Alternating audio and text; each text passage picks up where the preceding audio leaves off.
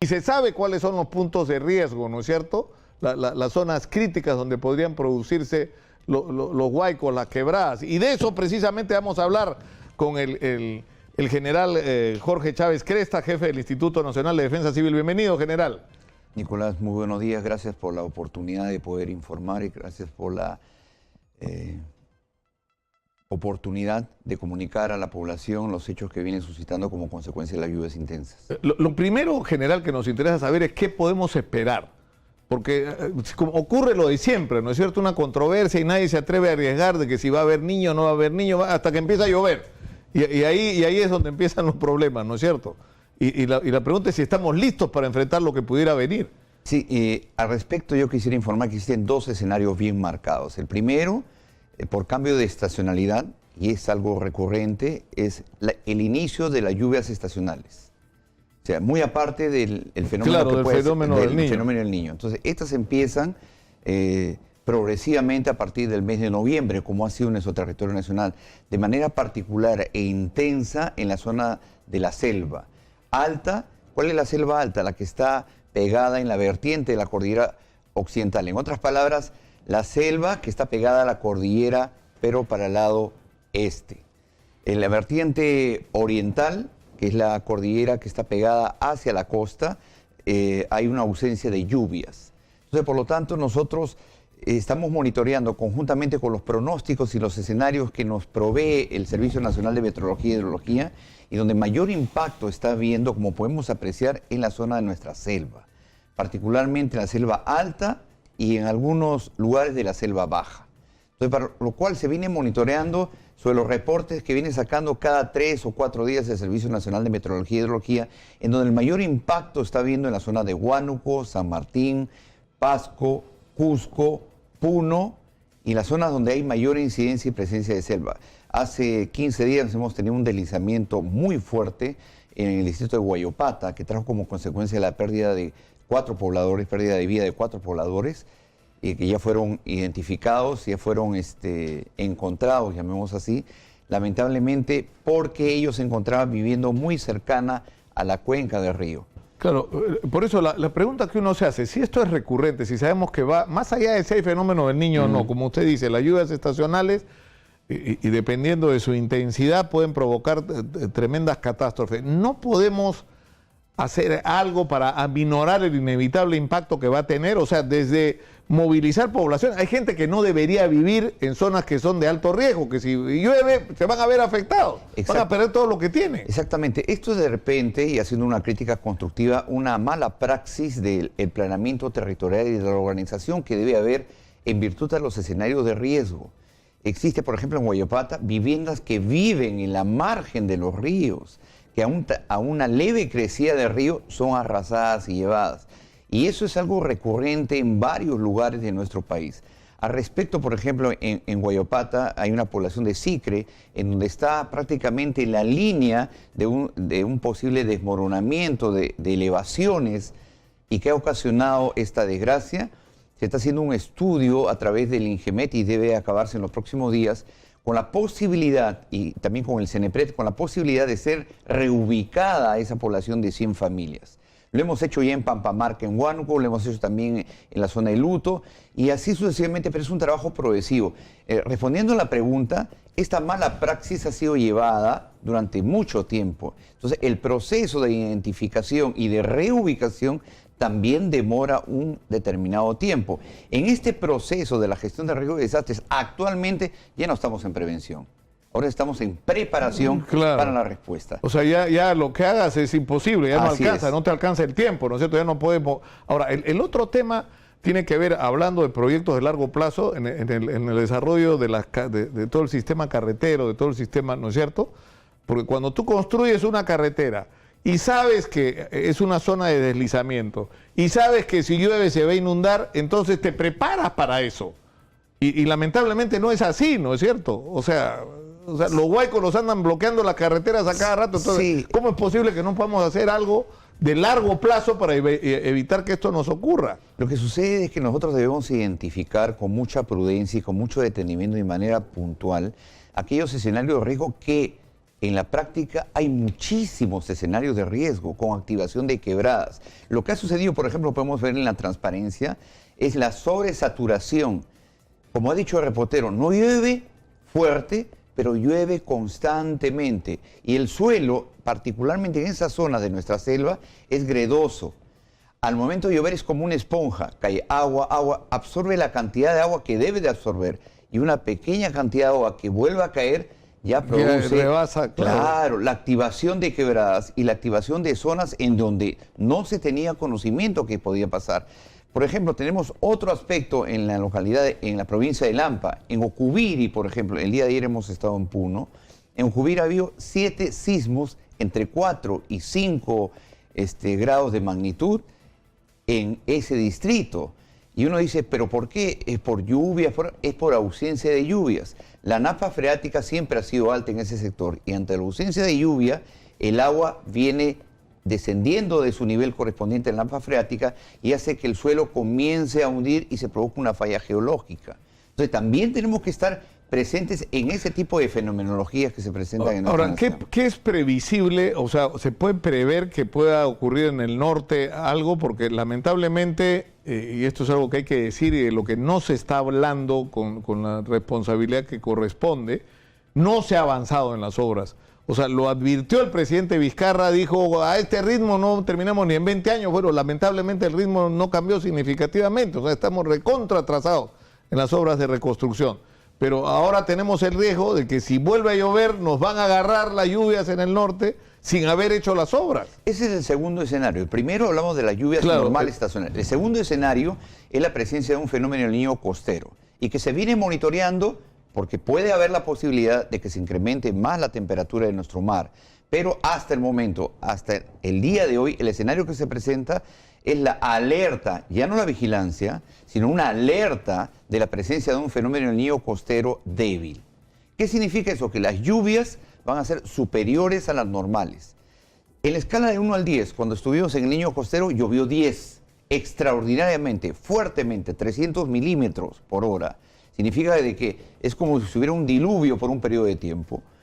Actualmente, las lluvias estacionales hacen que en las zonas donde se debe prohibir las lluvias, porque es bueno que llueva, porque si no, nuestras reservas de agua para el presente año van a disminuir. Pues es bueno que llueva, el agua debe ser una bendición, pero que hay que controlar este tipo de fenomenología. Entonces, ahora con la presencia del fenómeno del Niño, estamos en un nivel entre 5 y 6. Lo normal es que llegue de 3 a 4, o sea, no es mucha la diferencia. Pero lo que tú has manifestado, y tienes razón en el sentido de que una pequeña lluvia superior a lo normal va a afectar una zona que esté expuesta, vulnerable. ¿Por qué está expuesta? Porque fue afectada por un fenómeno muy fuerte en las cuales se tiene que trabajar sobre lo que es infraestructura, se tiene que trabajar sobre el sistema de drenaje alcantarillado, porque aún hay zonas de cuencas ciegas, tanto en Piura como en Lambayeque, como en Trujillo, y en algunos lugares de Tumbes, en las cuales se tiene que eliminar esas cuencas ciegas, que llueve un poco y se niega prácticamente gran parte de la ciudad. Y el tercer aspecto es ver la administración de las cuencas, o sea, hacer la descolmatación, el ensanchamiento, la profundidad, de tal manera de que el volumen de agua que se presente pueda discurrir. Ahora, yo sé que esto es algo que no es su responsabilidad ni su competencia, porque usted, digamos, viene como a apagar los incendios, ¿no es cierto?, y a controlar las situaciones. Pero acá estuvo sentado hace un tiempo atrás, cuando ocurrió el fenómeno del Niño, un ingeniero chino que había trabajado en la construcción de la presa de las Tres Gargantas, que es la obra de ingeniería más grande que se ha hecho en el mundo, en la China, y que participó en el proceso de obras de prevención en Ecuador, que fue un proyecto muy valioso porque, o sea, no impidió que hubiera daños, pero los daños fueron significativamente menores precisamente por estas obras. Y él decía algo increíble. Él decía, ustedes deberían celebrar que llueve, no llorar porque llueve como hacen siempre. Ya quisieran los chilenos tener el agua que ustedes tienen, ahí tienen que coger, si el agua es para minería o para agricultura, pues no tienen para las dos. Entonces, ¿qué deberían hacer? Deberían prepararse para almacenar el agua cuando vengan las lluvias, canalizar esa agua almacenada para agricultura, para agua potable, para el desarrollo de toda una red de microcentrales hidroeléctricas. Y ya cuando el agua rebase eso, la canalizan y la llevan hacia el mar. Es decir, no es un problema del otro mundo, es algo que deberían resolver.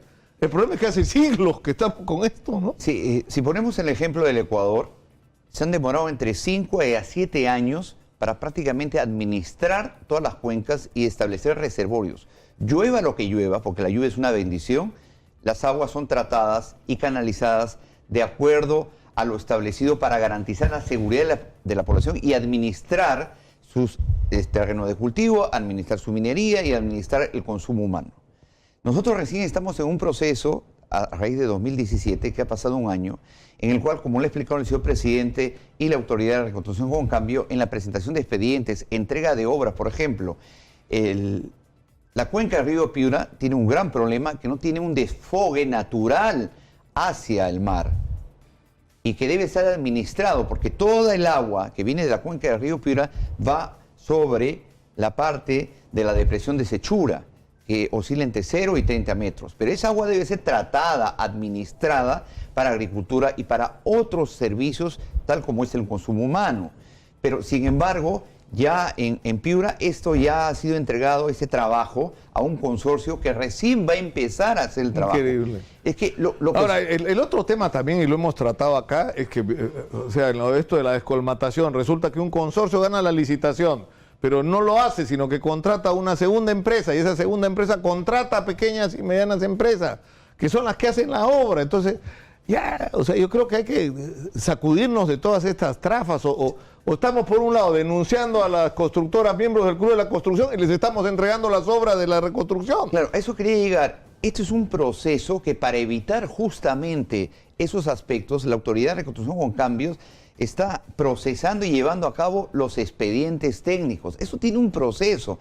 Mire, estamos en un año, si bien es cierto, como se manifiesta, que hemos avanzado un 20-25%, con la entrega de estos proyectos, y esperamos que las lluvias que se van a presentar ahora no sean de mayor impacto, que permita poder continuar lo increíble el trabajo. Es que lo que tenemos que hacer es rezar, más o menos. Yo creo que no, porque a diferencia del 2017, Nicolás, sí se han tomado las previsiones a nivel Estado, se ha activado un plan de contingencia que anteriormente no se había hecho, se está trasladando bienes de ayuda humanitaria, se ha mapeado todo el equipo. Un solo ejemplo, cuando sucedió lo del niño costero en Piura, no teníamos motobombas en la zona. Ahora tenemos más de 300 motobombas en la zona. No teníamos mapeado un listado de equipo mecánico de ingeniería. Ahora lo tenemos con el Ministerio de Vivienda, el Ministerio de Transportes y Comunicaciones y con la empresa privada. Ahora, nos pide la gente a través de las redes que usted, general Chávez, nos diga cuáles son las zonas de riesgo. ¿Dónde tiene usted centrada su preocupación en este momento? O sea, lo que está pasando en la selva está claro, ¿no es cierto? Así es. Ahora, pero con respecto al norte, por ejemplo, ¿cuáles son las zonas sobre porque ustedes dicen que han declarado ya la alerta, ¿no es cierto? Así es. Inclusive se ha declarado un estado de emergencia sobre los futuros escenarios de riesgo que se puedan presentar. Mayoritariamente es en las cuencas, en donde, al no existir aún una protección sobre la población o existir cuencas ciegas. ¿Qué significa cuencas ciegas? La población debe estar por encima de la cuenca, ¿no es cierto? O sea, si yo estoy por encima de la cuenca, mi sistema de drenaje hace que el agua fluya sobre el río, ¿no es cierto? Pero si estás al nivel o incluso por debajo, como en el caso de Sechura, estás muerto. Exactamente. Y, por ejemplo, en la ciudad de Piura tenemos identificadas como 4 cuencas ciegas. Estamos trabajando con las nuevas autoridades en la instalación de los grupos de trabajo para que puedan, a través de sus alcaldes provinciales y alcaldes distritales, establecer toda una plataforma y estar trabajando con ellos para no solamente llevar asistencia humanitaria, sino también aceptar recomendaciones y trabajos. Esto no es un trabajo únicamente de defensa civil, sino también del Ministerio de Transportes, de todos los sectores involucrados como elementos de primera respuesta, incluido Fuerzas Armadas, Policía y Bomberos. Dada la alerta, los trabajos de preparación para la respuesta, ya no hay trabajo de prevención. Claro. Ya el proceso de prevención terminó. Entonces, los escenarios de riesgo están identificados, proporcionados por el CENEPRED. O sea, lo que usted dice en resumen es, y usted, y no lo digo porque está acá, tiene fama de ser una persona eficiente y rigurosa en su trabajo. Es decir, Defensa Civil está listo para enfrentar lo que pudiera venir. Exactamente. El problema es que no hemos hecho lo que tenemos que haber hecho para evitar que el daño sea mayor del que podría ocurrir, lamentablemente. Sí. Y en ese camino vamos, en ese camino vamos, porque las autoridades están entendiendo, a través del FONDES, a través del apoyo que se da en los sectores del Estado, para que cada autoridad regional, provincial y local pueda, en el periodo que no existan lluvias, comenzar a hacer los trabajos de prevención, que hoy, en esta fecha, ya no es posible. Lo que tenemos que hacer es estar preparados. Y unas recomendaciones que yo quisiera aprovechar esta oportunidad de dar a la población, particularmente de los escenarios de riesgo que se presentan en la zona de la selva, es de que su desplazamiento restringirlo en horas del día. Cuando haya presencia de lluvias, ver que el talud esté estable. Si existe desprendimiento, esperar hasta que pase y llegue la autoridad correspondiente, porque la autoridad de Provías, del Ministerio de Transportes, la autoridad municipal y Defensa Civil están para protegerlos, no para hacerles perder el tiempo. Esperen un determinado periodo de tiempo que nosotros garantizaremos la transitabilidad y evitar el aislamiento que ha habido. Por ejemplo, en la zona de Posuso, por las continuas lluvias y los continuos deslizamientos del talud, ha hecho que 3 semanas esté el tránsito interrumpido. Hace 2 días aproximadamente ya se aperturó, pero se ha aperturado de día, de 6 de la mañana a 6 de la tarde. Claro, porque no se puede correr el riesgo en la noche. Le pedimos su comprensión de hacer caso a las disposiciones de la autoridad, igual en la carretera central, igual en otro tipo de carreteras. Yo le agradezco muchísimo al general Jorge Chávez Cresta, jefe del Instituto Nacional de Defensa Civil, por estar con nosotros. Muchas gracias. A ustedes por la oportunidad. General, y le esperan unos días agitados, estoy seguro de eso. ¡Nos vamos a la pausa!